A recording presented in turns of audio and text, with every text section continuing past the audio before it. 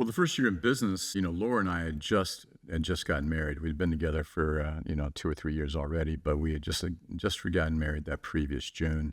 We officially started business November of 1995.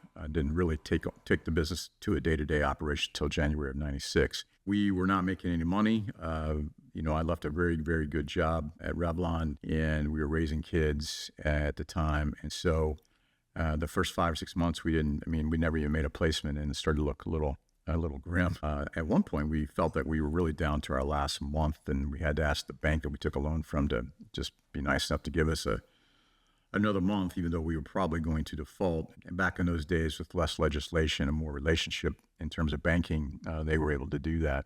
So we were able to survive another month. Then we made our very first placement with Gillette in late May of 1996. That happened to be a $17,500 fee. Turned around 2 weeks later and made a second placement with Fleer Skybox, the trading card company, and that was $35,000. And although that's only $53,000 in totality, that essentially got us out of debt and allowed us to grow the business. The biggest surprise was the fact that number one, it's much more difficult than what I thought it was going to be. It was not the same kind of recruitment, as I mentioned earlier. It's not college recruitment, but it is truly executive search, and it provides more challenges and much more difficult to penetrate companies. Sell them your services and make sure that they can see that you run the business a bit differently than professionally, based off my previous experiences of dealing with recruiters.